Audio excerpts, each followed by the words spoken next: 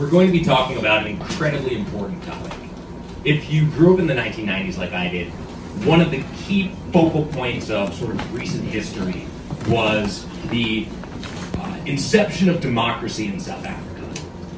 What never came up was the crime, the corruption, and a litany of other deleterious effects on the people of that great country.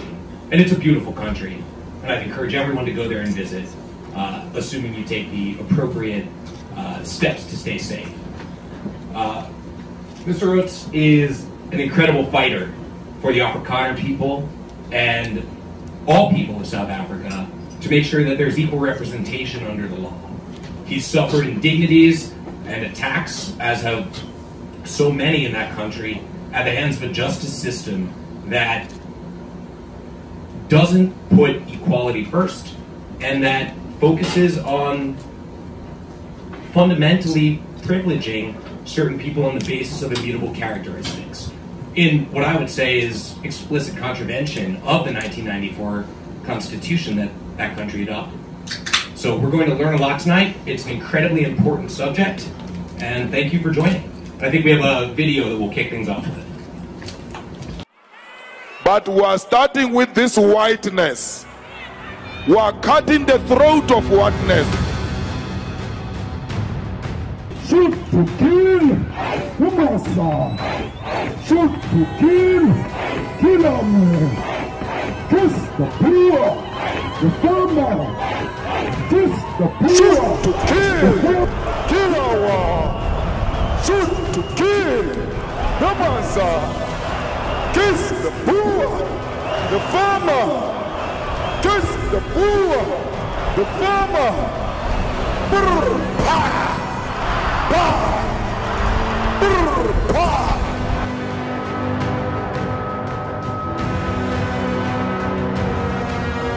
But on the tweet itself, he was clearly misinformed.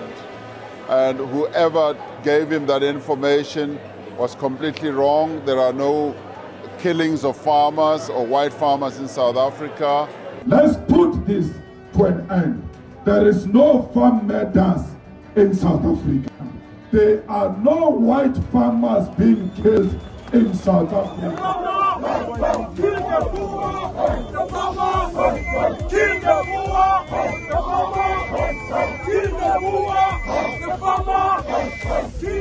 To show that there's nothing literal, even the shooting of the gun is not the real gun.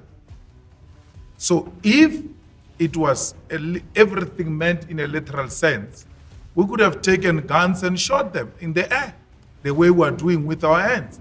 Would you stand on a stage with a gun and shoot it in the air? Come again? Would you stand on a stage with a real gun and shoot it in the air? You are trying your luck. I'm asking a simple question. You are trying your luck.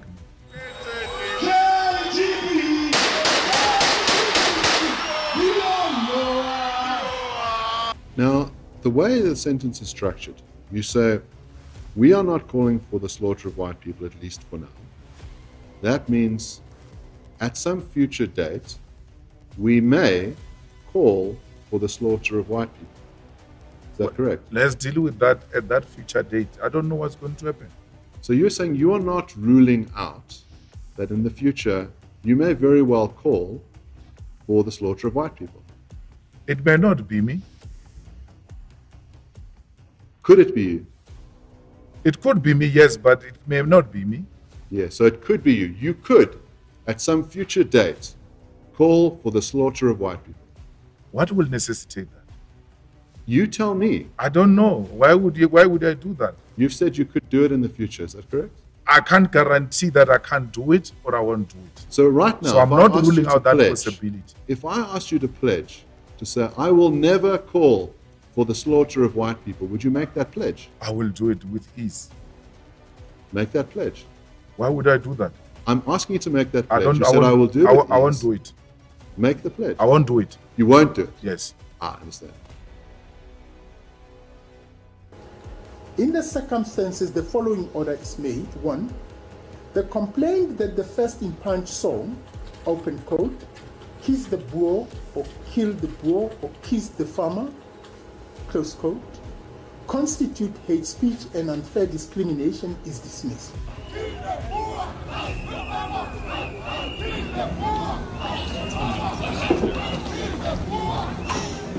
All right. Just on. Here we go. All right. So thank you very much. My name is Ernst Roets. Ernst is a technical pronunciation. I usually introduce myself as Ernst, which is also fine. Thank you very much for having me. It's been great. I've been in the US a few times, and I love the country. I love the people, and I love this event. And I actually knew about the New York Young Republicans before meeting Nathan and Gavin and everyone. So I was grateful to do so, and it's really an honor for me to be here. So thank you for that.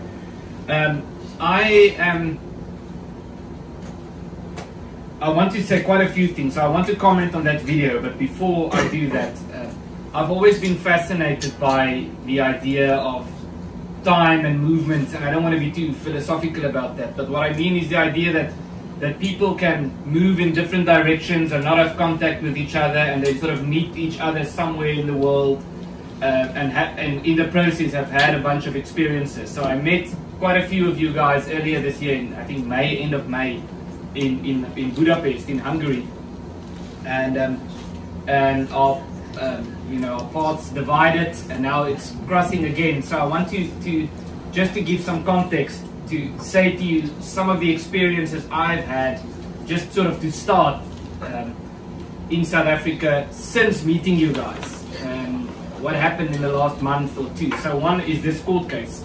Some of the footage you saw there was from February when the court case was happening, and about a week, more than a week ago, 2-3 weeks ago now, we had the ruling with the judge saying, that's not hate speech, but I'll get to that now.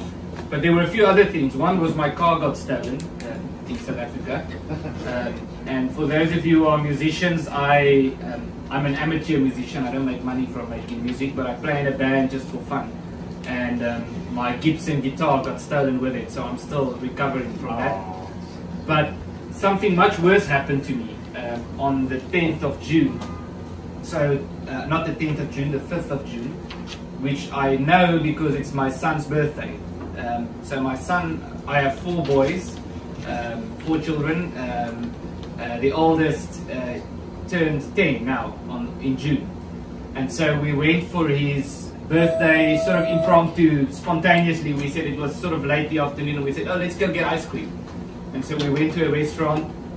We had ice cream with the family, and it was already dark. It was evening, and we paid, and we got up to walk, to exit, to leave the restaurant. What we didn't know, what I didn't know, and we didn't know at that stage, is as we got up to leave the restaurant, a bunch of robbers, armed robbers, entered the restaurant. And as we approached the door, we were about, we speak in meters, 10 meters. How many feet is that? 15 feet or something from the pay point, when suddenly people started shooting.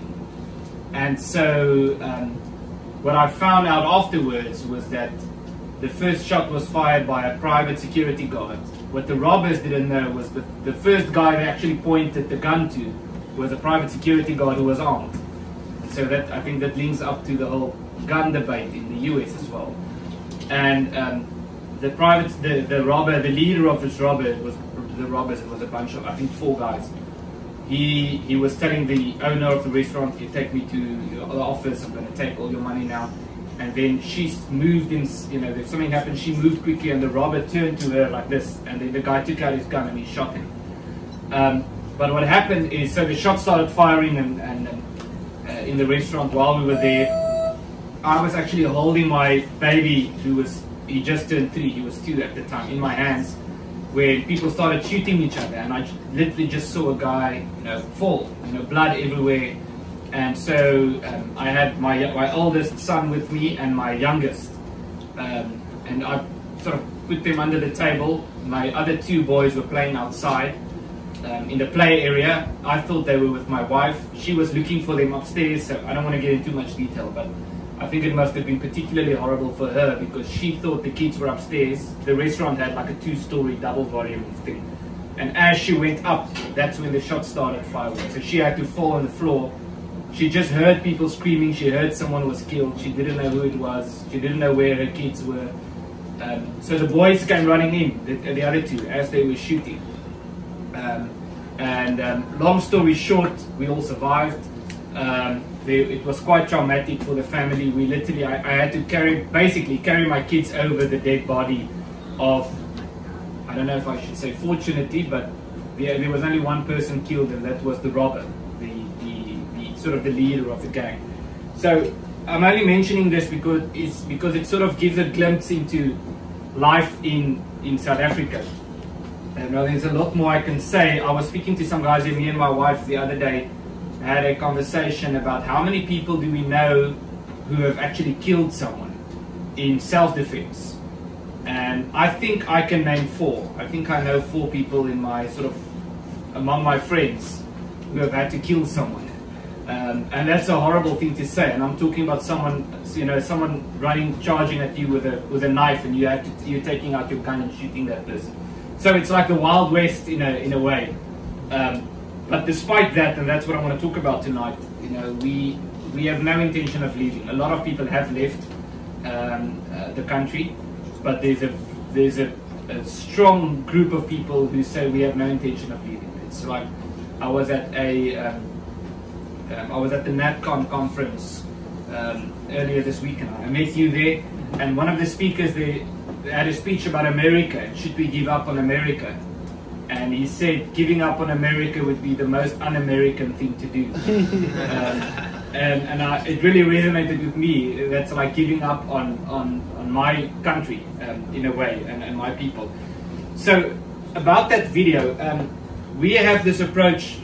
We do a lot of media work, as I'm sure you do as well, where we say when something big happens and you have to comment on it, always try to combine 3 things.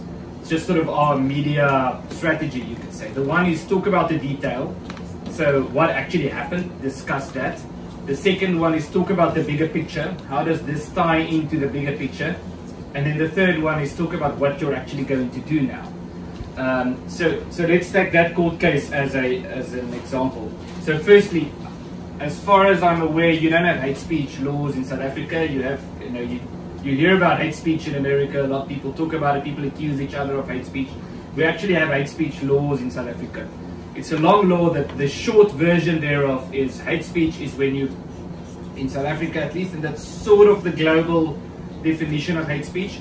It's when you say something or publish something in which you target a group of people based on their identity, like Christians or their religious identity or national identity or something to that effect. And then you don't just insult them. What you're saying is not just offensive, it's a call for violence to be inflicted on that community, or a call for harm to be inflicted on that community. So if I say in the South African legal system, which again is the law or the approach in much of the world, although I gather not in the US, where you have much more freedom in terms of free speech. If I target a particular community and say these people are idiots, that's not hate speech. But if I say these people who belong to this religion or this race group or whatever, when you street you have to punch them in the face, then it's hate speech. So that's the short version. So that case, the guy on that video, some of you know him, is Julius Malema. He's the leader of the Economic Freedom Fighters, which is the 3rd largest political party in South Africa. And he made a speech, some of those clips were from the court proceedings. He made a speech, and he made some comments during the speech several times, or he repeated what he said in that speech several times, where he said that he might one day call on his supporters to slaughter people based on the color of their skin. So this case was about the chant, kill the boer, kill the farmer. Now we can say, well, free speech, and we are very much advocates for free speech.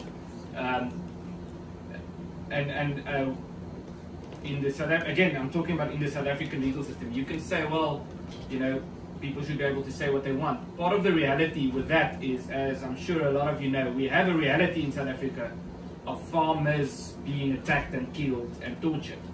So what happened here, I mean, I can just, as an example, I'm not going to go through the list now, but if you want me to, I can. I can just to illustrate the point, mention to you people who I knew who have been murdered on farms, or people who I know who have been attacked and who survived it. So it's not just stuff you read in the news, it's stuff that affects you. So that's part of the context. Now what happened there was a farm murder, which was highly published. It was sort of a well-known farm murder in 2020. And these guys went to the court proceedings where some guys were caught and charged with murder. And at the court proceedings where these people were being prosecuted for murdering a farmer, they started chanting, "Kill the Boer, kill the farmer." So the court found that it's not hate speech. So in terms of the three-pronged approach I spoke earlier, the details, the bigger picture, and what are we going to do now, let's just do that quickly with this court case. So we're appealing the court case. We believe the judge was wrong, not only for the obvious reasons, but also his interpretation of the law in terms of what constitutes hate speech and so forth. So we are going to appeal that. The bigger picture point to be made about that court case is a political regime or a political system in which a particular segment or section of society does not have legal protection, or with regard to which violence can be encouraged and incited against them by political leaders, and the courts and the political system just says, well, that's okay, there's nothing wrong with that. Because of who they are, there's nothing wrong with that. That's not a free and an open democracy. That's an oppressive system. And then in terms of what we plan to do, I'm going to leave that for later. So I'm gonna get back to that. I want to talk about what I want to talk about. I don't have a speech written out. I just have some notes that I'd like to share with you. I want to talk a bit about our history, and I'm going to try to keep it concise because I think it's important to sort of just get an understanding of who we are. We call ourselves Afrikaners, but I know in much of the world people refer to us as the Boers, and I obviously don't mind that description. So I want to say something about how we got to where we are, and then I want to say something about what's happening in South Africa at the moment, and then talk about some bigger picture conclusions. But before I do that, just an anecdote. So we had, when we met in Budapest,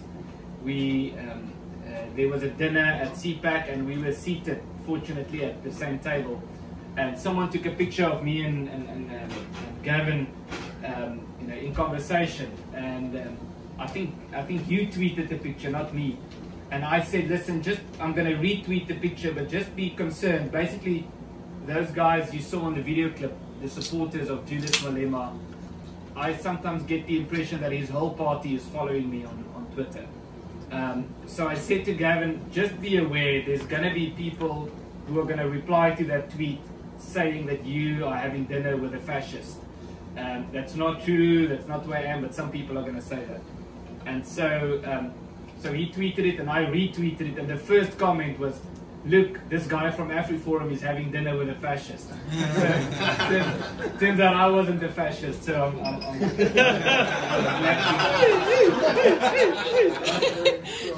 I was glad to hear that. But during that trip in Budapest, I spoke with some people from the Hungarian government and a bunch of people who was at CPAC. And someone they made the comment that South Africa is becoming an important civilizational battlefront, which is really a striking comment to make. And I think the point there is we should, and obviously it's in my interest, but I really believe it's in your interest as well. Even though I'd like to talk about all of us as we, but I'm saying my interest as someone living in South Africa, and also your interest as Americans, to really take note of what's happening in South Africa.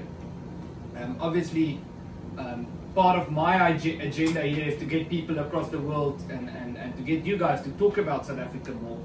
But I also think it's in your interest, because a lot of things that politicians are flirting with in the US have already been implemented in South Africa. So in a way, South Africa is a case study.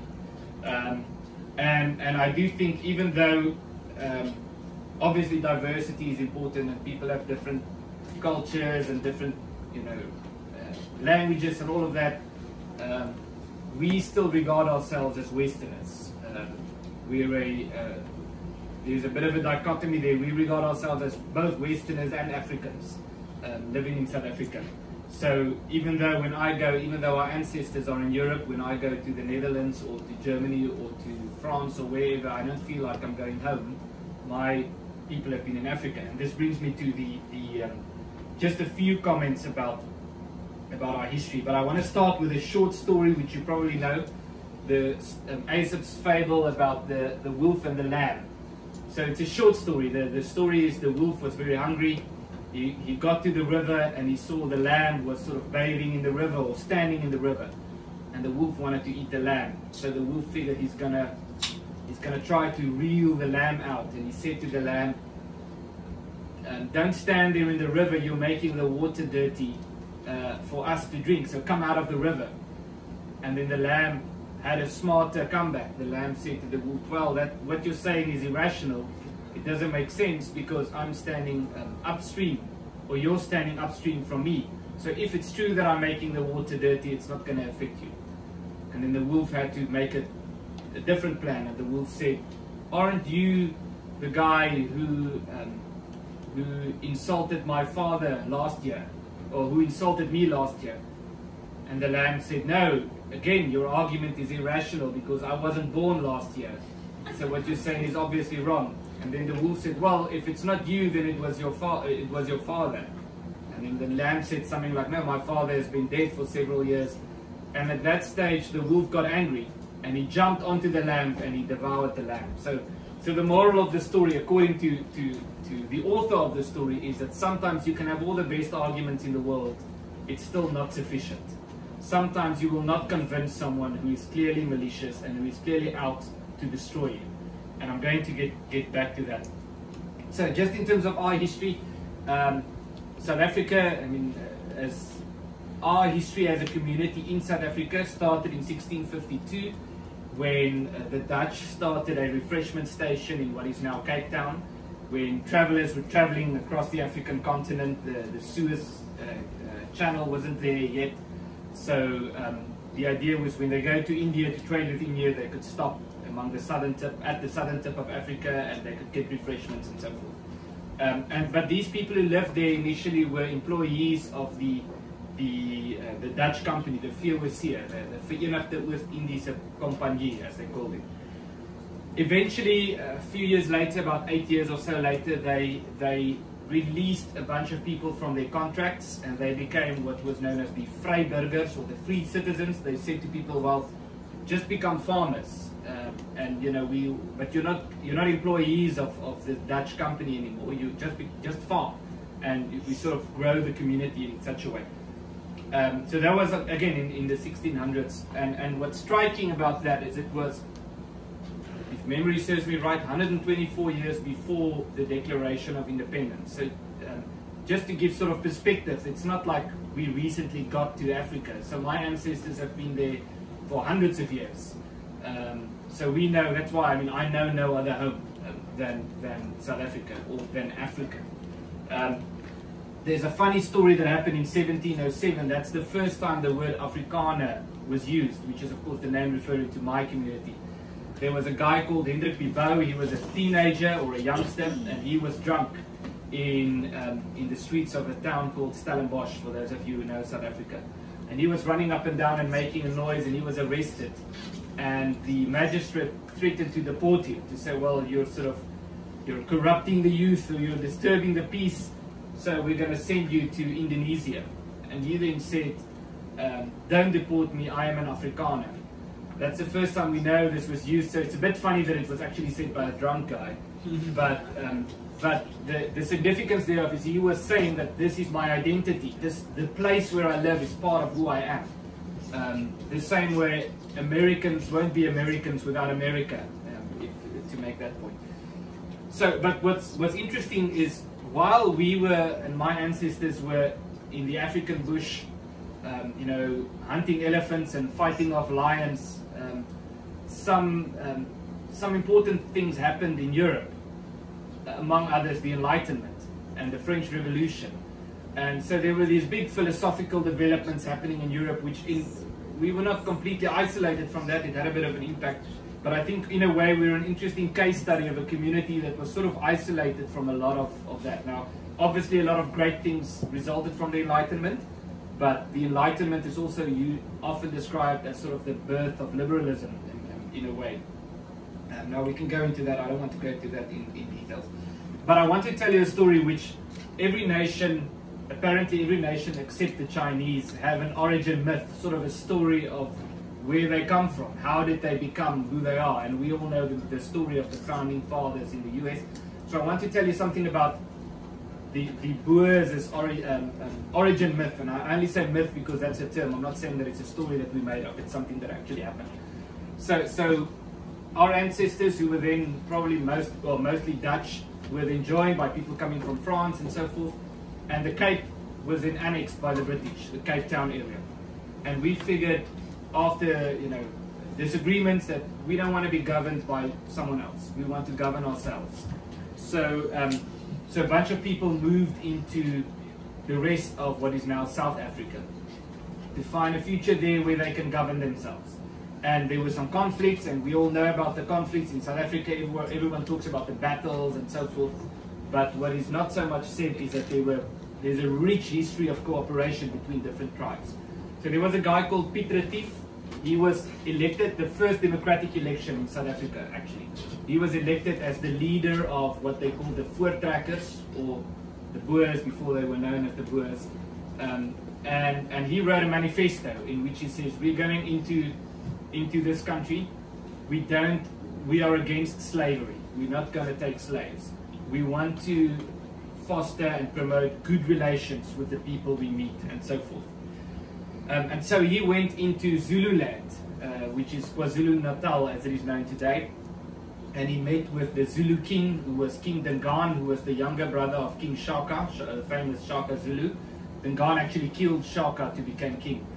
And they had negotiations to buy land. And Dingaan, the king, the Zulu king, said to him, if you bring back my cattle that was stolen, taken from me by this other chief called Sikonyela, if you bring back this cattle, I'm going to give you this piece of land between these two rivers and your nation can live there.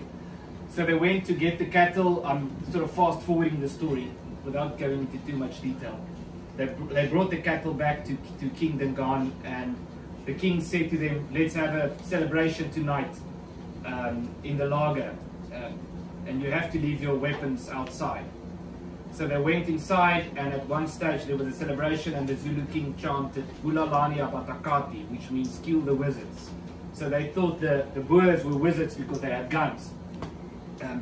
So Piet Retief, who was the leader of this track, and his son and his group of about 70 people were taken out, and they were all slaughtered.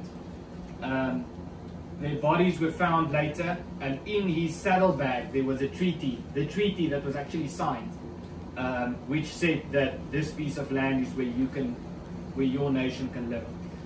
So this sort of sparked something in our community's sense of identity, which led to the Battle of Blood River. Now, the reason why the Battle of Blood River, as it's known today, is important is because it's of historical significance, but it's important in terms of explaining how we as a nation think. So what happened there was a battle where 300 Voortrekkers or Boers eventually got surrounded by 12,000 Zulus. And there was a guy, sort of the religious leader there was a guy called Sarel Selier, who's actually the great-grandfather of my great-grandfather. So I'm a descendant of him, of which I'm very proud. And he said we have to write a vow to God. And the vow was written, and the vow said that if God protects us in this battle, we will do two things. We're going to build a church to honor him, and every year on the day in which this battle takes place, it doesn't matter what day of the week it is, we're going to regard that as a Sunday, and we're going to go to church, and we're going to give thanks. So the battle took place. The end result, again, I'm just giving you the short version. The end result is that 3,000 Zulus were killed in that battle, and not one of the Boers were killed. I think 3 were injured, among others, Andries Pretorius, who became the leader of the Piet Retief. He was stabbed in his hand. And the reason why I'm mentioning this is because it really did something in terms of our psyche. it sort of evoked a sense of, you can use the buzzword that's usually used as a negative term, but it evoked a sense of nationalism amongst our people, to say that, listen, God protected us during this battle, and we are here for a reason. And now a story like this sort of gives the impression that we just have a history of wars between white and black communities in South Africa, when that's really not. If you only look at this story, you might get that impression, but as I said, there's a rich history of cooperation between different groups, and again, I don't want to go into the detail. So after that, they established the Boer republics, which was then the one was the Free State Republic and the Transvaal Republic, or the Zuid-Afrikaanse Republiek. And there was a guy who was a child during the Great Track who became the president of the Transvaal Republic, named Paul Kruger, who many people would say is the most famous Afrikaner or Boer who ever lived. He became sort of the Boer leader. And he's particularly significant because he was the president of this republic when we were then attacked by the British. So it turns out there's been quite a few nations or peoples who've had to fight the British at some stage in their history. So we were attacked by the British, who wanted, first they annexed the Cape area, then we moved into Africa, we founded republics, and then these republics were attacked. So first, it was the first Anglo-Boer War, which a lot of people don't know about, which we actually won. So we're very proud to say that we had a war against the British and we won. Then the second Anglo-Boer War happened, and the first part of the war was conventional warfare, the second part turned to guerrilla warfare, and then we had the concentration camps. I don't know if you know that story, but so the British started implementing concentration camps in South Africa. Horrible war, disastrous war, more than 30,000 women and children died in those camps, and farms were broken down. They had a scorched earth policy. It was, the country was in ashes after the war. And so that also, the war also played a significant role in shaping our way of thinking. And the most important part of our history, that's the main thing I want to get to, is a part that happened in the early 20th century that people often don't talk about. When you think about South African history and the political history, you think about apartheid. And this is something that happened before then, which was when, after the devastation of the war, people said, I don't know if they read Tocqueville, but they seem to have had, if you just think the way they acted, they said, listen, the only way for us as a community to rise up after what happened to us is to strengthen our sense of community and to build institutions. And to me, that was the most important point of democracy in America, is, Tocqueville's whole thing is why is America a great nation, and why is America going to be a great nation? He said there's a strong sense of community, there's community involvement, and there's community institutions. People are involved. They're not just self-centered. They don't just look inward. They look to their community. And so we started a bunch of companies and so forth, and we actually raised the country up to a great extent. Now, that then led to the very tragic part of our history, which was the apartheid system, and I can't speak with you without saying something about that. So the initial idea was to say South Africa is very diverse. There was a guy called Hendrik Verwoerd who was the Prime Minister in the 50s and 60s, and he said, no, he's described as the architect of the apartheid system. So he said that his approach, or his argument, was that South Africa is very much like Europe. It's very diverse. There's a bunch of different countries. So let's give everyone a homeland where they can govern themselves. Now, I don't think anyone would argue that governing yourself is a good idea. The question is not so much that. The question is, how was that system implemented? And it led to a bunch of things with people's dignity being violated, and a bunch of horrible things that happened, and we can talk about that more if you want. But what I want to get to, so during this system we had the rise of the ANC. That happened also during the Cold War, of which you know much more than I do. And one of the laws, one of the apartheid laws, was the banning of communism in South Africa. To say that communism is illegal. If you promote communism, that's a crime. And so the ANC became this underground movement who were funded by the Soviet Union, and they started the armed struggle, as they called it, to liberate black people, to liberate the people of South Africa, as they would say. And eventually they succeeded in 1990. Now 1990 is important because 1989 was the end of the Cold War, when the Berlin Wall fell. It was in November 1989. And that's significant because the former South African President F.W. de Klerk said that socialism was defeated, as much of the Western world thought. Communism is defeated. Communism is not going to be a problem in the future.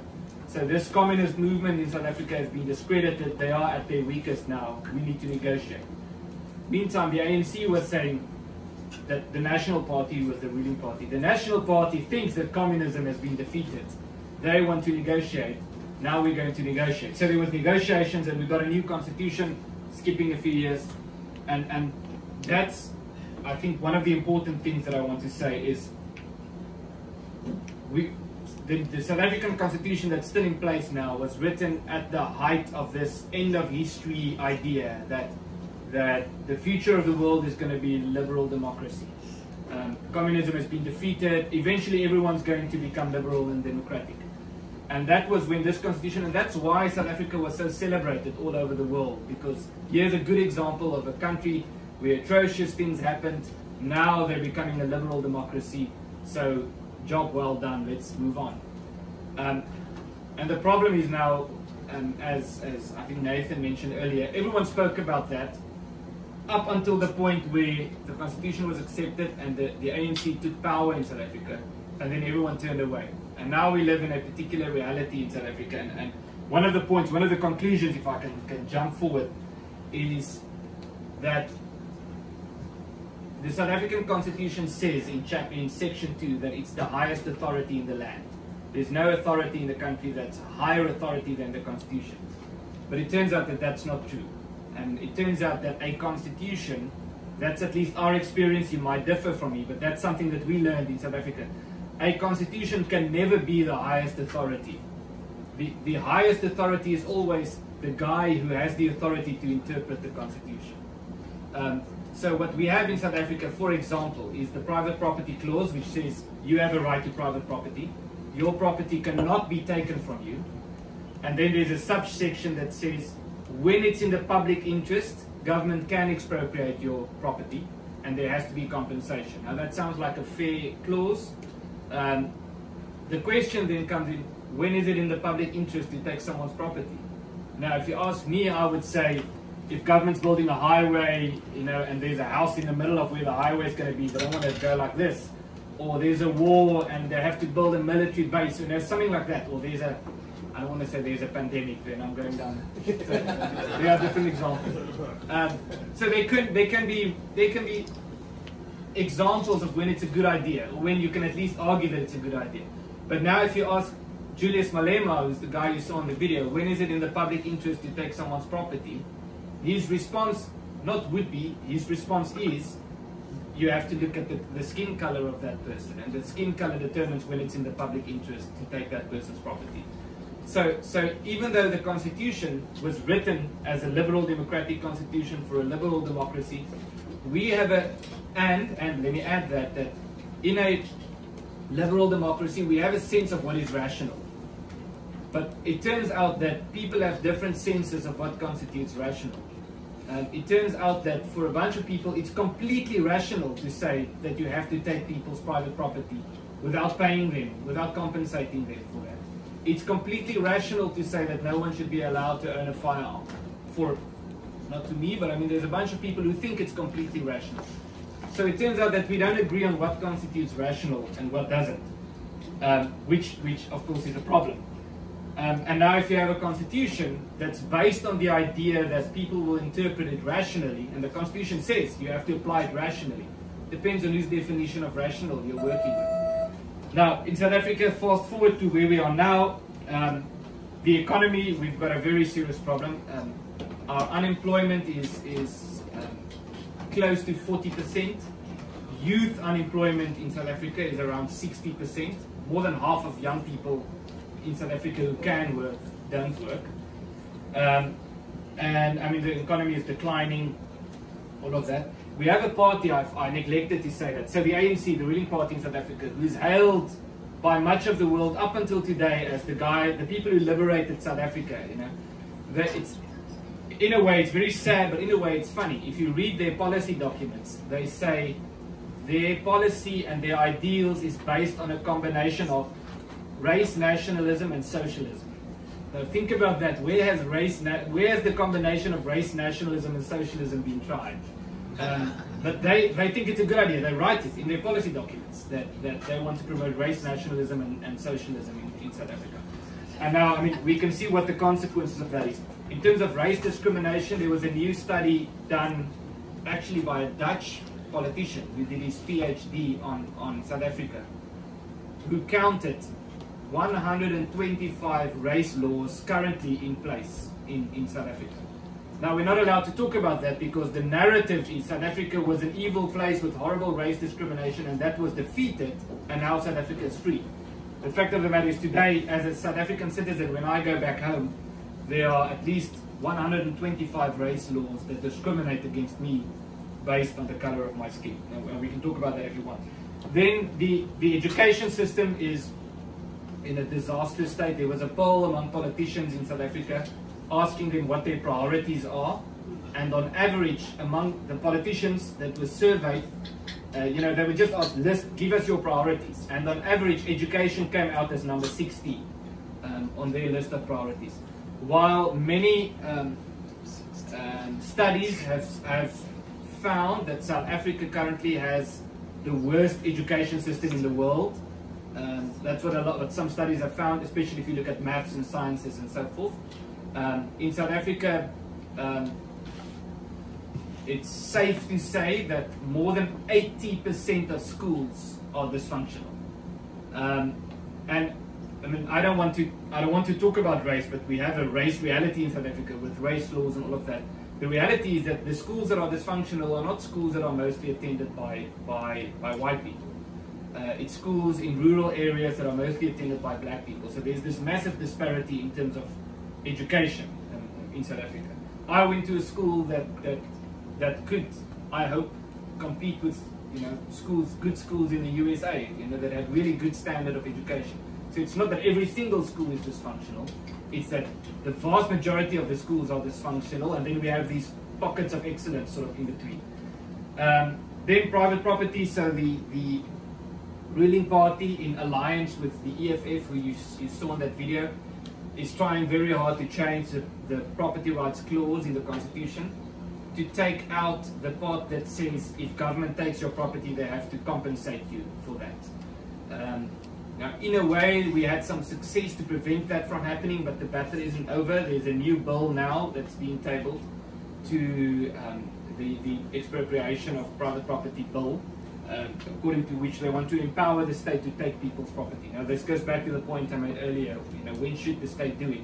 If you ask me, and I mean, if we have a discussion here, I think a lot of us would agree. But if you ask someone who defines himself as a race nationalist socialist, if you ask such a person, when should the government take your property, you'll have a different answer. Then crime in South Africa is sometimes described as the murder and rape capital of the world. Some researchers have said we're not really the murder capital, but we're certainly the rape capital.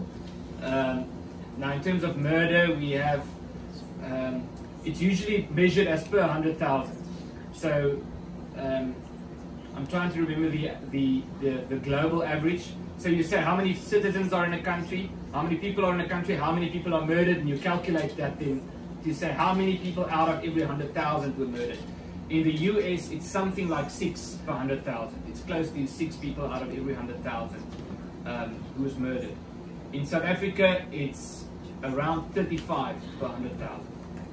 So there have been more, this is a way to compare that. There have been more murders in South Africa since the ANC took power than the total amount of US soldiers killed in World Wars I and II combined. That's the amount of murders, people who've been murdered. And again, I mean, that's why I said, I mean, I can name to you people I knew who've been murdered in South Africa. So it's a reality. Now, okay, this brings me just to the practical in terms of what do we do now. So I'm from an organization called AfriForum, and we're part of what is called the Solidarity Movement. which is a movement of organizations, and to express it in American terms, our way of thinking is very much the way someone I mentioned earlier, Alexis de Tocqueville, thought about America and why America is going to be a great nation. And the single most important thing that we have learned is don't make yourself dependent on the state, but more importantly, the point I want to get to is freedom for a community can only be sustained and established through well-functioning institutions. So we had a situation which was very unfortunate where there were a lot of horrible things that happened during the apartheid system. One of the horrible things that people don't talk about is my own community became so dependent on the government. It wasn't necessary to worry about what your kids are going to get taught in schools because the government would care for that. You don't have to worry about anything, government was there. So government sort of micromanaged the economy, which was very good for white people but very bad for black people in South Africa. And then we had this political change, and all of a sudden this government or the state immediately became regarded us as the enemies in many ways. So we had to learn to what we have a term that we call state proofing. We have to state proof ourselves, and which means that you have to find a way to live your life in a way that it's as hard as possible for the government to make your life difficult, through discriminatory laws, through regulation, whatever that may be, through quota systems or anything to that effect.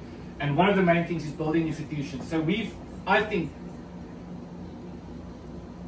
I would risk saying that I think on that issue we might be the farthest in the world at the moment in terms of a community building a bunch of institutions, new institutions to look care of themselves. So we've built up to more than 20, not up to, more than 20 such institutions, of which AfriForum is one. We have radio stations, we have media outlets, we built a technical college where you can study to become a mechanic or something to that effect. We built a higher education institution where you can study degrees, where you can go and study law, become a lawyer, something to that effect. We have a trade union that protects people's rights in the workplace. We have AfriForum. I'll say something about AfriForum now. We can go down the list. There are more than 20. We have cultural organizations, everything. Some of them existed before 1994 when the ANC took power, but most of them we started in the last 20 years, and they've grown to be tremendous successes. So AfriForum is the organization I represent is a civil rights organization. We are the biggest civil rights organization on the African continent, and as far as I know, the Southern Hemisphere, and the way we measure that is in terms of members. So to be a member, you have to make a monthly contribution. You have to pay every month a few dollars, to put it in your terms. And the average contribution would probably be around $5 if I'm making the transition from South African rands. And we now have the point where we have 306,000 members who contribute to our work monthly. And that's how I was able to fly here. That's how I'm able to stay in a hotel here. How I'm able to travel. So we have 306,000 members and growing who are contributing once a month to the work that we're doing. And the model is they're not getting benefits. It's not a union where you get certain benefits. The model is people saying, we agree with what you're doing, we want to help you to do that. And so there's a lot more that I can talk about the solidarity movement. Now, a lot of people have left South Africa. There was a study a few years ago that said more than 500,000 people have left, immigrated for financial reasons or due to crime or something to that effect. But there's, as I said, a lot of people who have no intention of leaving, and I'm one of them. And a lot of people in our community is among them. One other point, I just want to make one more point before I conclude, and then if there are questions, I don't know if there's time for questions, we can have a discussion. 2 or 3 questions, yes. Okay, excellent. I just want to say something about culture, and this is something I learned from, we learned it through experience, but I particularly learned it from the great American Thomas Sowell, who's done quite a bunch of research on the topic, and his conclusion is that he could not find a single nation or a single people who were able to become affluent or prosperous through politics. the only way you can become affluent or prosperous or successful is through what he says, developing your skills, working hard and saving. And in his studies, he's found that there have been many peoples who have been discriminated against, who have gone through a hard time, who thought that they could get out of that through politics by voting in some political leader who's going to represent their views, and the government's going to implement certain policies, and then they're going to become wealthy and successful. Nowhere has that worked. There's not one example. But there are many examples of groups who have become very successful despite having had the worst experiences imaginable in terms of discrimination or prosecution or persecution. And every single time that was through entrepreneurship, through working hard, developing your skills, through a certain sense of work ethic or a certain culture, you could say, within that community, to say, we're not going to allow ourselves to be let down or held down by our circumstances. And that is something that we cherish as a community, that even though we have a lot of troubles in South Africa, we believe that if we work hard and we develop our skills and if we save, then we're going to get through this. And I was glad to hear at the NAPCON conference, one of the speakers who I actually know, who's a friend of mine, made a speech about why Americans should not be blackballed. And he said that there are a lot of problems in America and there's a lot of reasons to be really depressed about the future of America. But there's also a lot of reasons why Americans can be optimistic and why Americans should keep fighting. And he, among others, made that comment saying that to give up on America would be the most un-American thing to do.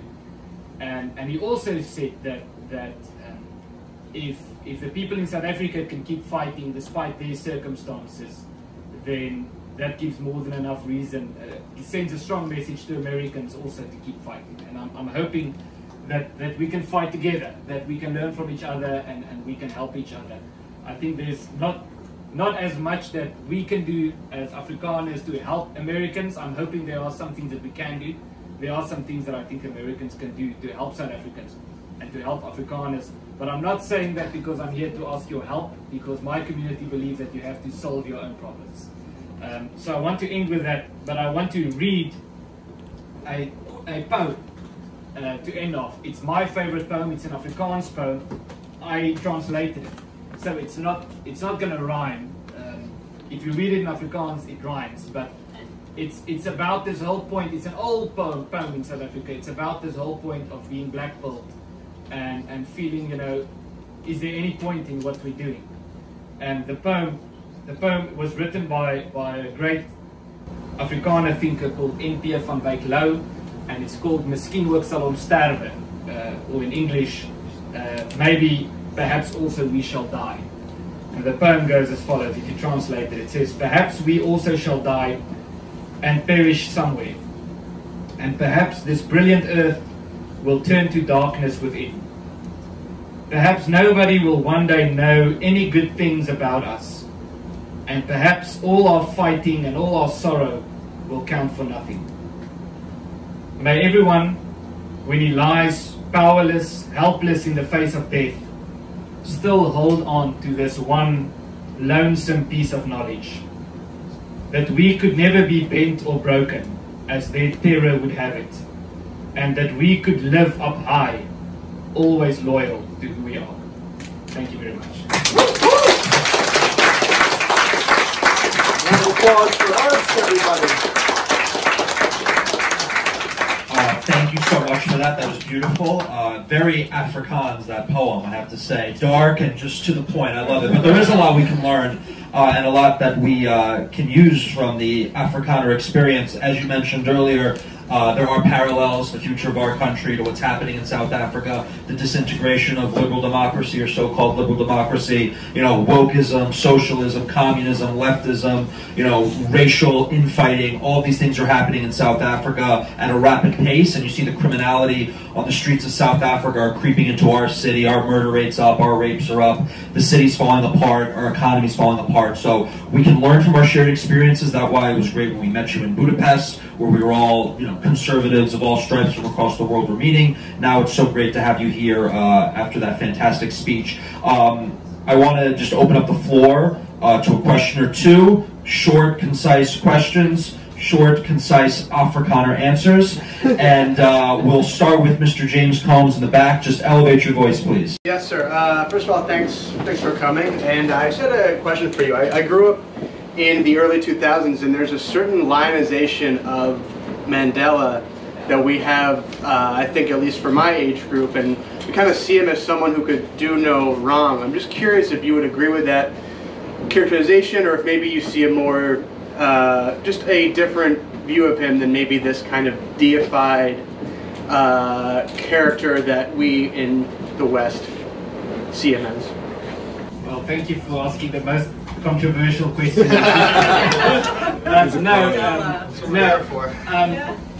Look, I think there are different views about him. There are a lot of people, obviously, who think that he was some angelic figure, who, you know, or a saintly figure, and then there are people who would say he was a terrorist. I personally have a lot of respect for him, for Nelson Mandela. I think he was the best the ANC could offer, and I think he was the best leader, obviously, they had. That does not mean that I don't look at him as a saintly figure. He has also been involved with some controversial things before becoming president and after becoming president, but we're not in the business of Mandela bashing, as a lot of people are. Again, as I said, I have a lot of respect for him, but I think he has become the ANC's biggest propaganda tool, because they still today say to people, vote for us because we are the party of Mandela. And that's why they still get, or it's at least one of the reasons why they still get more than 60% of the vote. So South Africa has a multi-party system. You can vote for, there are many parties where you can choose from. And more than 60% of people keep voting for them, even though they hate them. A lot of people say, listen, I despise this ruling party, they don't do any service, they're incompetent, they can't govern the country, but I'm going to keep voting for them because of my loyalty to Mandela. One last question, Vish, because you're right here. What is the best way to address the use of racial animus by political entities, in any society? Because we're starting to see that now. You guys have been dealing with it for a while. Racial animus is being used as a tool, and obviously the video you played kind of gets straight to that point. Is it just, what is that the best way to address it? Or are there any other ways to address it? Well, firstly, no. I think going to court on something like hate speech is not the preferable way to deal with it. The preferable way is to sort it out through dialogue, to have conversations and to sort of meet somewhere in the middle. Unfortunately, that was not able in a case like this, and we actually tried that in this case. If the question is how to deal with it, from our experience, we've learned that, and that's why I actually told the story about Aesop's fable with the wolf and the lamb, is we've learned that even though debates are important and the battle of ideas is extremely important, that if you're only engaged with that, then you're going to miss the bigger picture, because there are things happening in real life that we need to deal with. Get stuck in philosophical debates or debates about racism and stuff like that, you're never going to convince the other party, even though we should keep trying, but that should not be the core focus. So for us, the core focus is building institutions, make sure that we have strong institutions, that we have our own radio station, we have our own media platforms, we have our own universities, we have our own schools. It's something that we're looking into, that if the government discriminates or turns against us, we can still continue. And one thing I didn't say, which is part of the solidarity movement, and probably one of the most important things, I should just mention that, is our community safety structures. So we have more than 160 community safety structures all over the country, in South Africa currently. That's people driving patrols, neighborhood watches, having radio contact with each other, because the police don't keep people safe. People have to keep themselves safe. And we currently have more than 10,000 volunteers who are involved with these structures, who are driving patrols and getting training and so forth. And so these things are, in our experience, much more important than debates about racism. Even though that is important, it's not the most important. Well, thank you again. This was amazing.